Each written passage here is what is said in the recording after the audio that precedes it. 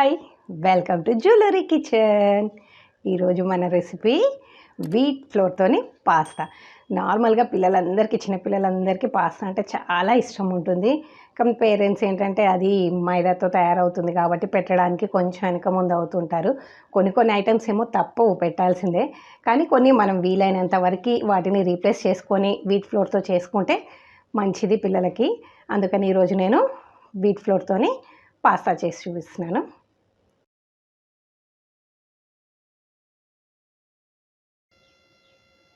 ముందుగా mixing bowl తీసుకొని అందులో 2 కప్స్ వీట్ ఫ్లోర్ వేసుకోవాలి, గోధుమ పిండి.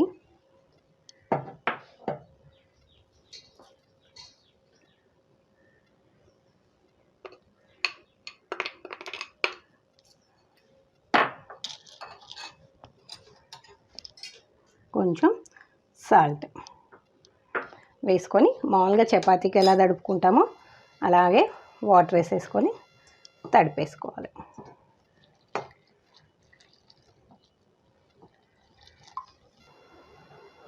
ఇలా తడిపేసుకొని కొంచెం ఆయిల్ రాసేసి ఒక 5 మినిట్స్ పక్కకు పెట్టేసుకోవాలి.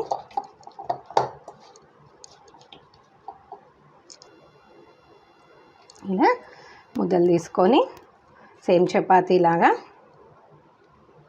ఒత్తుకోవాలి.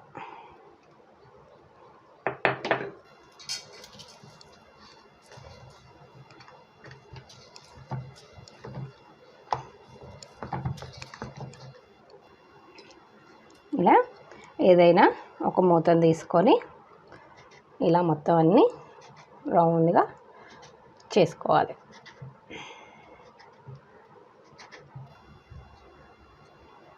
ఇప్పుడు ఇవన్నీ ఇలా తీసుకొని ఒక ప్లేట్లోకి వేసుకొని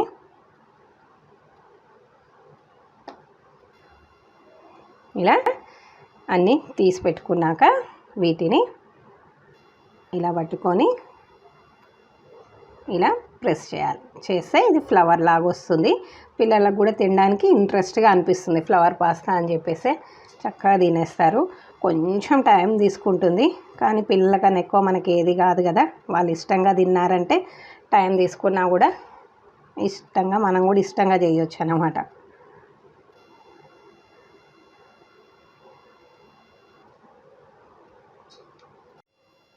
ఇలా అన్నీ ఫ్లవర్స్ లాగా చేసుకొని రెడీగా పెట్టేసుకోవాలి.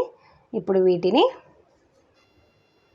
ఏదైనా ఒక బౌల్లో ఇలా వాటర్ వేడి చేసేసుకొని అందులో ఇవన్నీ వేసుకోవాలి. వేసుకొని ఒక 2-3 మినిట్స్ చాలు, అంతకన్నా ఎక్కువ అవసరం లేదు. 2-3 మినిట్స్ ఉడికించుకోవాలి.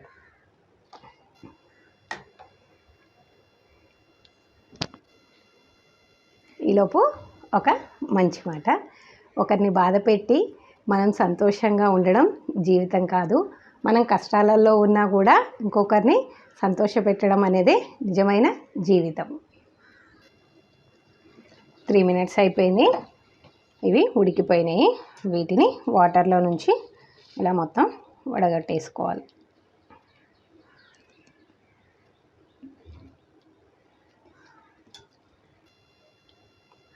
ఇప్పుడు ఒక ప్యాన్ పెట్టేసుకొని అందులో 2 స్పూన్స్ ఆయిల్ వేసుకోవాలి.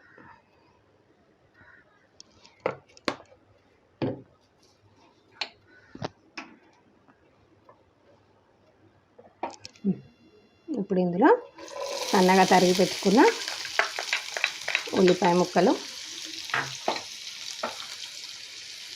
క్యాప్సికము 1 కప్పు,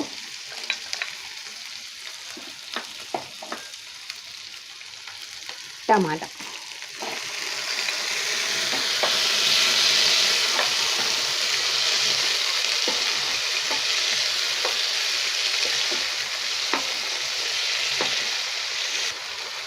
ఇలా అన్నీ వేసుకొని కలిపేసుకొని ఒక 2 నిమిషాలు ఉడకనివ్వాలి.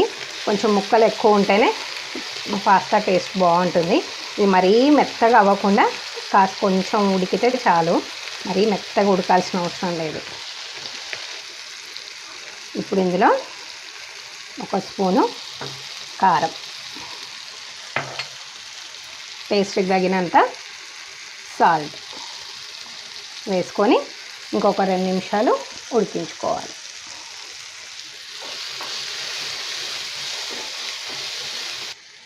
ఇప్పుడు ఇందులో 1/2 టీ స్పూన్ ధనియాల పొడి,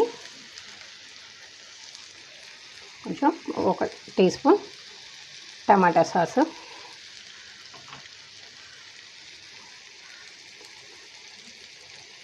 1 teaspoon soya sauce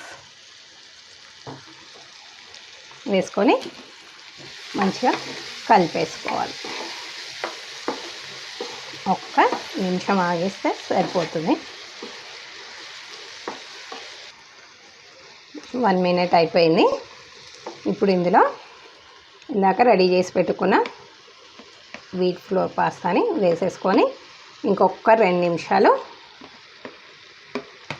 wait చేసుకోవాలి.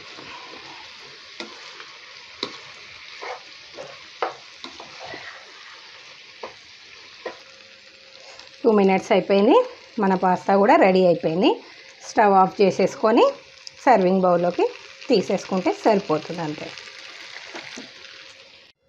ఇలా బౌల్లోకి తీసేసుకొని కాస్త కొత్తిమీరతోని చీజ్తోని డెకరేట్ చేసేసుకుంటే పిల్లలు ఇష్టంగా తినేస్తారు. ఇది మామూలు పాస్తా కన్నా కూడా ఇంకా టేస్ట్గా ఉంటుంది. పిల్లలైతే కన్ఫామ్గా ఇష్టంగా తినేస్తారు. చీజ్ కూడా ఉంది కాబట్టి ఇష్టపడతారు బాగా.